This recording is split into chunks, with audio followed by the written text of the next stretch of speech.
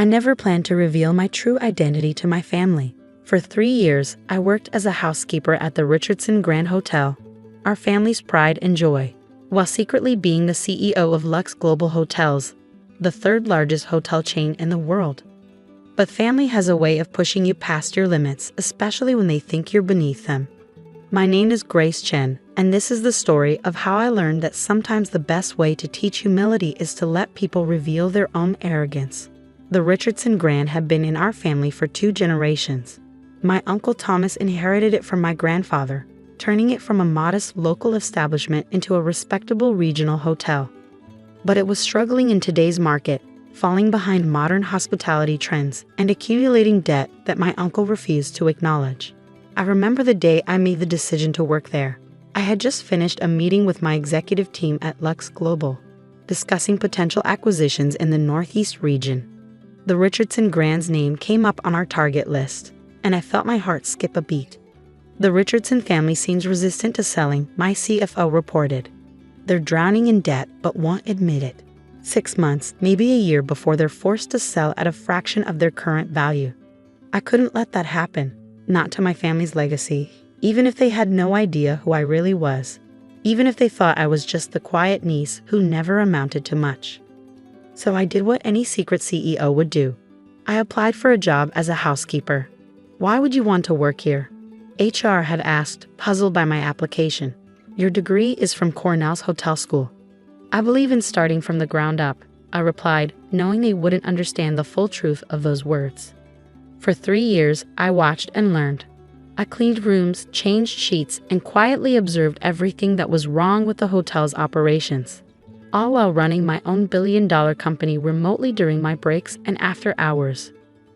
My cousin Bradley, Uncle Thomas's son and the hotel's current manager, never missed an opportunity to remind me of my position.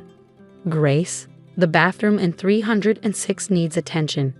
He'd call across the lobby, making sure guests could hear him ordering around his own cousin. Try not to take all day this time.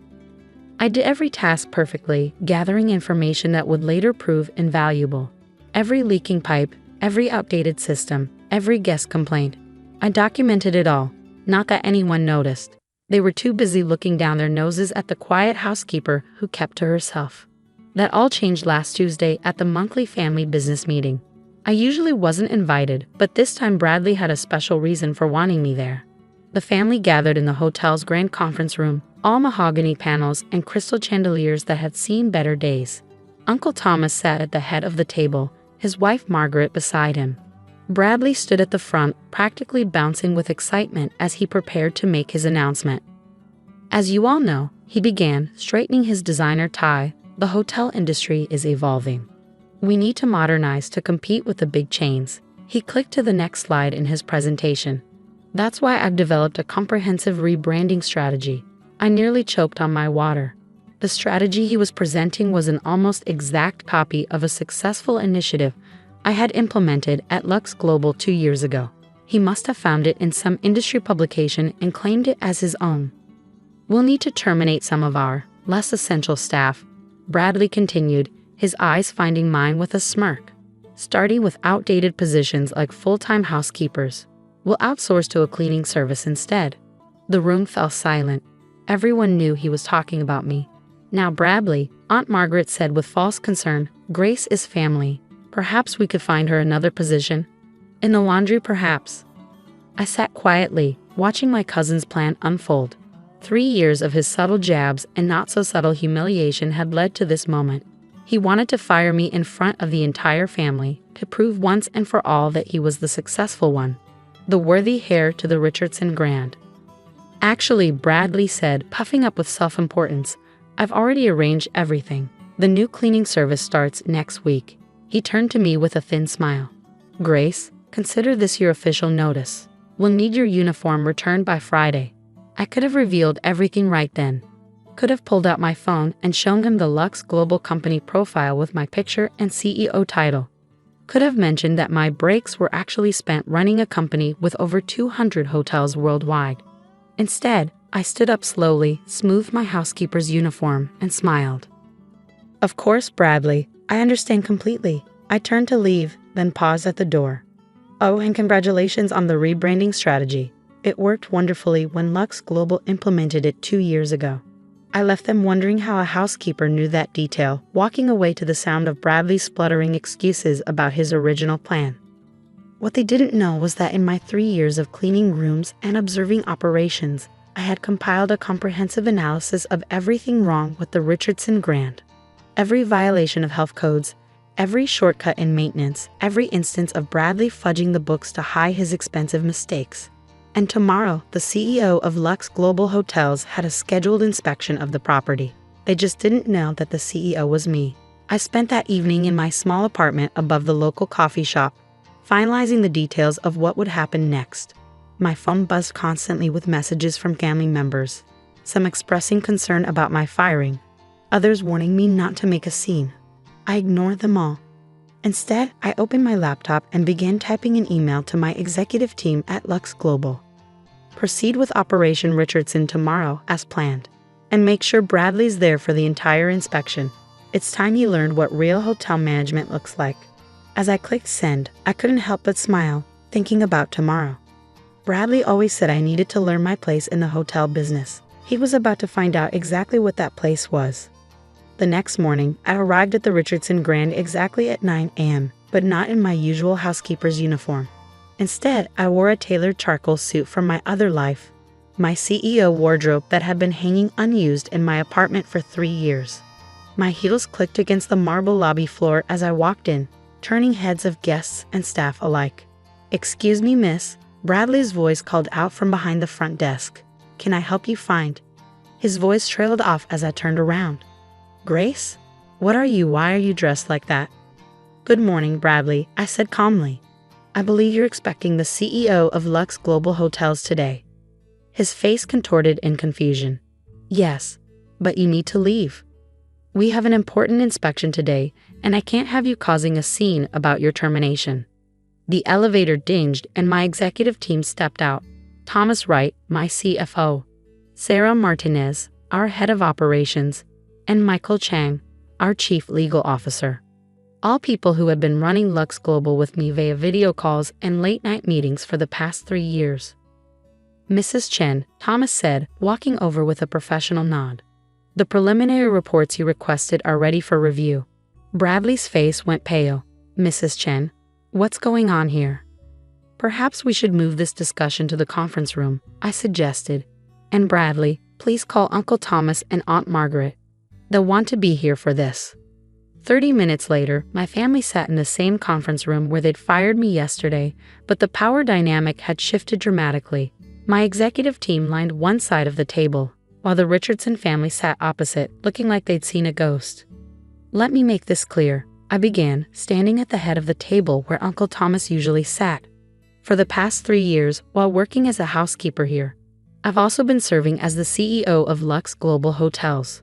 Every break I took wasn't spent slacking off, as Bradley often claimed, but running a company with over 200 properties worldwide."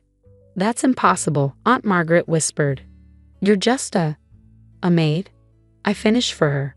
"That's exactly why this worked so perfectly. You were all so convinced of my insignificance that none of you ever bothered to Google my name or question why a Cornell graduate would choose to work as a housekeeper." I opened my laptop and projected a series of documents onto the screen. "During my time here, I've documented every violation of health codes, every instance of deferred maintenance, and every questionable accounting practice." I glanced at Bradley, who suddenly found the table very interesting, including the $500,000 renovation budget that actually went to covering gambling debts. Uncle Thomas's head snapped toward his son. "Bradley, is this true?" "Dad, I can explain," I continued before he could spin another lie. "The Richardson Grand is 3 months away from bankruptcy. Your reputation in the industry is deteriorating, and your staff turnover rate is nearly 80% annually. In short, this hotel is failing." The room fell silent. 3 years of hard truths laid bare in one moment. "Why?" Uncle Thomas finally asked, his voice barely a whisper. "Why work as a housekeeper if you're really who you say you are?" I sat down, softening my tone. "Because this hotel is our family's legacy. Grandfather built it from nothing. I couldn't bear to see it fail. I needed to understand exactly what was wrong before I could help fix it. Fix it? Bradley scoffed, finding his voice again. We don't need your help, and I still don't believe you're really. Sarah slid a folder across the table. Mrs. Chen's credentials, press coverage, and company documentation. Feel free to verify everything. As my family flipped through the papers, their faces cycling through disbelief, shock, and finally understanding, I laid out their options. Lux Global is prepared to make an offer to purchase the Richardson Grand. A very generous offer considering its current financial state. We'll maintain the family name and history, but bring it up to modern standards. Or what? Uncle Thomas asked. Or I walk away, both as a housekeeper and as a potential buyer. But I should warn you, the next company that offers to buy this hotel won't care about preserving your legacy. They'll knock it down and build something new. Aunt Margaret, who had been unusually quiet, suddenly spoke up. All those times we looked down on you, treated you like you were beneath us. You could have said something. Would you have believed me? I asked quietly. Or would you have dismissed it as the desperate lies of just a maid? The silence that followed was answer enough. I stood up, gathering my papers. I'll give you 24 hours to decide. If you accept our offer, the Richardson Grand will become the flagship property of our new Classic Hotels division. If not, I shrugged. I hear the property developers are offering a fair price for the land. As I turned to leave, Bradley's voice stopped me. Wait. The rebranding strategy I presented yesterday was a copy of my initiative from 2 years ago. Yes, I know. Next time you decide to plagiarize someone's work, Bradley, make sure they're not in the room. The next 24 hours were tense. My phone remained silent as my family processed everything they'd learned. I spent the time in my small apartment, finally able to work openly on my laptop without hiding my CEO identity. At exactly 9 a.m. the next morning, Uncle Thomas called. We accept, he said, his voice heavy with emotion. But Grace, I need to know, can you forgive us? I thought about all the times they dismissed me, looked down on me, treated me as less than family. But I also thought about my grandfather, who taught me that true leadership isn't about revenge. It's about making things better. I'm not interested in forgiveness, Uncle Thomas. I'm interested in making the Richardson Grand great again. Are you ready to help me do that? The transformation of the hotel took 6 months. Bradley was reassigned to our property in Miami, starting as an assistant manager, where he could learn the business properly. Uncle Thomas retired but stayed on as a consultant, his decades of experience finally being put to good use without the stress of running the whole operation. The Richardson Grand became our most successful classic property, a perfect blend of historic charm and modern efficiency. The staff turnover rate dropped to 15%, and our guest satisfaction scores soared. 1 year after the revelation, I stood in the newly renovated lobby, watching guests check in at the gleaming front desk. The crystal chandeliers sparkled overhead, restored to their former glory. A new plaque hung on the wall, telling the story of how my grandfather started the hotel with nothing but a dream and determination. Aunt Margaret appeared beside me, looking around with pride. You know, Grace, I think I finally understand why you did it this way. Oh, I turned to her, curious. You could have bought the hotel outright 3 years ago, could have forced us out. Instead, you chose to understand it from the ground up, to learn every detail, every problem, every possibility for improvement. I smiled. The best leaders don't just give orders, Aunt Margaret. They understand every aspect of their business, from changing sheets to managing millions. Your grandfather would be proud, she said softly, not just of saving the hotel, but of how you did it. As I watched another happy family check in, I thought about everything that had happened. The 3 years of being underestimated, of cleaning rooms while running a global company, of biting my tongue through countless family meetings. Had it been worth it? The hotel's new rating had just come in that morning, 5 stars, the highest possible score. Our occupancy rate was at 95%, and we had a waiting list for premium rooms. The staff moved through the lobby with pride and purpose, each one properly trained and fairly compensated. But more importantly, my family had learned valuable lessons about humility, respect, and true leadership. Bradley was actually doing well in Miami. Having finally understood that success comes from hard work and integrity, not arrogance and shortcuts. Yes, it had been worth it. I straightened my suit jacket and headed to my office. the same room where Bradley had once summoned me to clean bathrooms.